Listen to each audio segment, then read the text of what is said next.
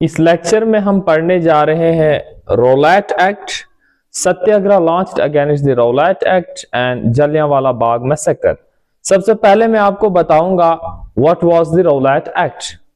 तो Rowlatt Act was passed by Imperial Legislative Council, जिसे हम सेंट्रल लेजिस्लेटिव काउंसिल भी बोलेंगे, ऑन 8th of March 1919।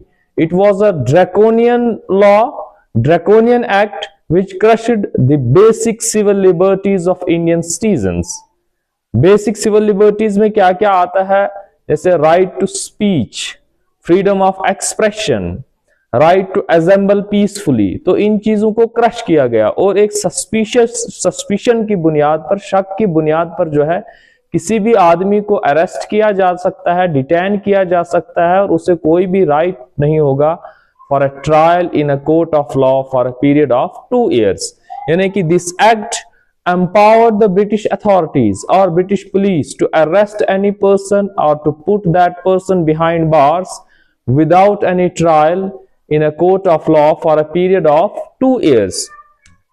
तो इस एक्ट को हम कहते हैं नो दलील, नो वकील एंड नो अपील। ना आप कोई दलील दे सकते हैं कि आप सही है या गलत है, या आप उस चीज में इन्वॉल्व है या नहीं है, ना आप किसी वकील को हायर कर सकते हैं, और ना ही आप किसी कोर्ट ऑफ लॉ में कोई अपील अपनी दर्ज कर सकते हैं। तो इसी एक्ट के खिलाफ जो है इंडिया के लोग जो है काफी ज्यादा गुस्से हो गए, और गांधी जी ने इस एक्ट को कहा black act, and he gave call for mass protest, mass satyagraha at national level.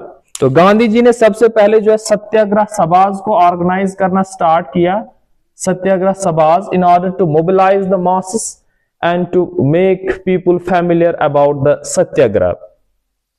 तो इसमें जो फॉर्म्स ऑफ प्रोटेस्ट यूज किए गए, दैट वर नेशन वाइड हड़ताल्स, fasting and prayer, civil disobedience etcetera.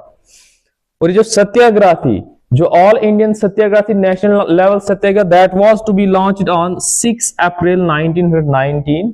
और जब 6 अप्रैल 1919 को ये सत्याग्रह लॉन्च की गई, इससे पहले जो है, इस डेट से पहले जो है काफी रीजन्स में जो है that protest against the British rule has become violent and anti British demonstration जो है बहुत सारी सिटीज में हो रहे थे, like Calcutta, Bombay, Delhi and Ahmedabad. Amritsar was also affected by the violence, and it is believed that it was the worst affected by the violence। जो पंजाब के गवर्नर थे, lieutenant governor of Punjab, sir Michael O'Dwyer जो है, इन्होंने जो है जो पंजाब में जो है अमृतसर में जो है ये वायलेंस हो रहा था, इसके पीछे 2 आदमियों को जो है जिम्मेवार ठहराया, doctor Saifuddin Kitchlew and doctor Satyapal. And on 9 April 1919 these 2 leaders were arrested। जब इन 2 लीडर्स को अरेस्ट किया जाता है, this sparked nationwide protest। खासकर जो है अमृतसर के रीजन में जो है बहुत सारे प्रोटेस्ट्स और जो है डेमोन्स्ट्रेशंस हुए, और फाइनली इसी वजह से जो है एक infamous event in Indian history, जिसे हम कहते हैं जलियांवाला बाग मैसेकर हुआ। मैसेकर मींस कत्ले आम हुआ, कि जलियांवाला बाग में जो लोग पीसफुली जमा हुए थे उनका कत्ले आम हुआ। 9 अप्रैल को जो 2 important leaders Saifuddin Kitchlew and doctor Satyapal were arrested. On 10th April there were demonstrations held in Amritsar and surrounding areas for the release of these 2 leaders, but troops fired on this peaceful protesters and killed many of them. अब 13 अप्रैल के दिन क्या हुआ कि 13 अप्रैल जो north Indian reason में जो है बैसाखी इस दिन सेलिब्रेट की जाती है। 13 अप्रैल के दिन करीबन 1500 से ज्यादा लोग, कुछ बुक्स में आपको मिलेगा 20,000 पीपल, कुछ में 17, 18, कुछ में 15। तो इसलिए मैंने बेटर ये समझा कि to use the word over 15,000 people, कि 15,000 से कुछ जायद लोग जो है यहाँ पर जमा हुए थे for public meeting.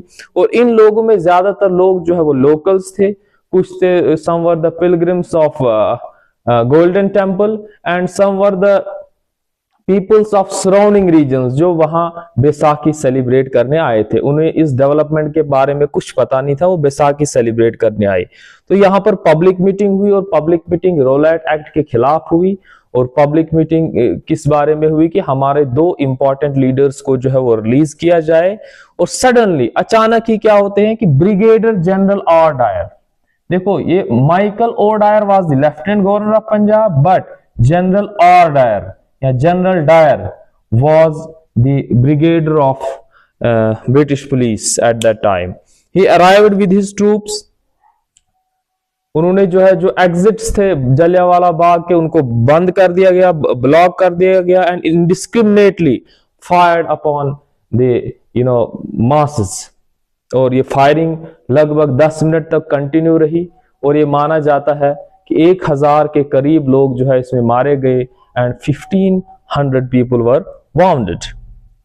The entire nation was stunned by this act of violence, and Rabindranath Tagore जो है वो अपना नाइटहुड को रिनाउंस करते हैं, वो अपने नाइटहुड के खिताब को जो है रिनाउंस करते हैं जो ब्रिटिशर्स ने उनको दिया था। और गांधी जी को जो टाइटल ब्रिटिशर्स ने दिया था कैसर Hind, which was bestowed upon him by the Britishers, he also gave up this title, he renounce किया उन्होंने भी इस टाइटल को। गांधी जी जो है इस एटमॉस्फेयर से काफी ज्यादा जो है he was overwhelmed, emotional हुए, and finally he withdrew his movement on 8 April 1919। यानी कि जो फर्स्ट ऑल इंडियन सत्याग्रह या first all Indian movement launch हुई थी 6 अप्रैल 1919 को, ये जो है दिस वाज विथड्रॉन ऑन 18 अप्रैल 1919 को जो है इसको गांधी जी ने विथड्रॉ कर दिया। गांधी जी ने एक वर्ड और इस मूवमेंट के बारे में जो है यूज किया है, हिमालयन ब्लंडर।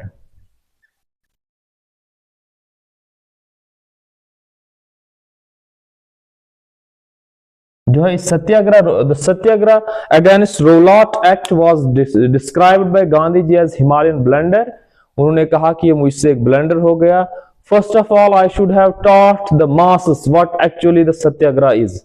जब इसमें वायलेंस ज्यादा हुआ तो गांधी जी ने खुद को ही कोसा और कहा कि ये एक ब्लंडर मुझसे हुआ, और इसका नाम दिया हिमालयन ब्लंडर, कि मुझसे जो है ये गलती हो गई, और मुझे पहले जो है मासेस को बताना चाहे था what is the purpose of satyagraha, और सत्याग्रही को कैसा होना चाहे।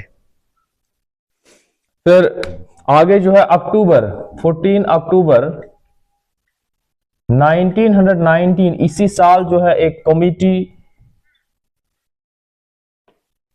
हंटर कमीशन को अपॉइंट किया जाता है। ब्रिटिशर्स के द्वारा एक कमीशन को अपॉइंट किया जाता है, हंटर कमीशन, और इस कमीशन का मकसद यही होता है कि to investigate into the Jallianwala Bagh massacre. But this committee was just eyewash, एक नजर का धोखा था। इस कमिटी ने जो है ब्रिगेडियर जनरल डायर को जो है दोषी ठहराया।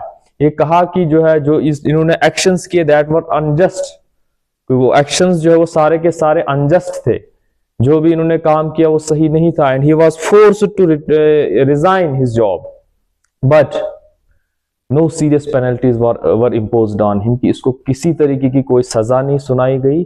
तो इसलिए ये माना गया कि this commission, Hunter commission, was just an I wash.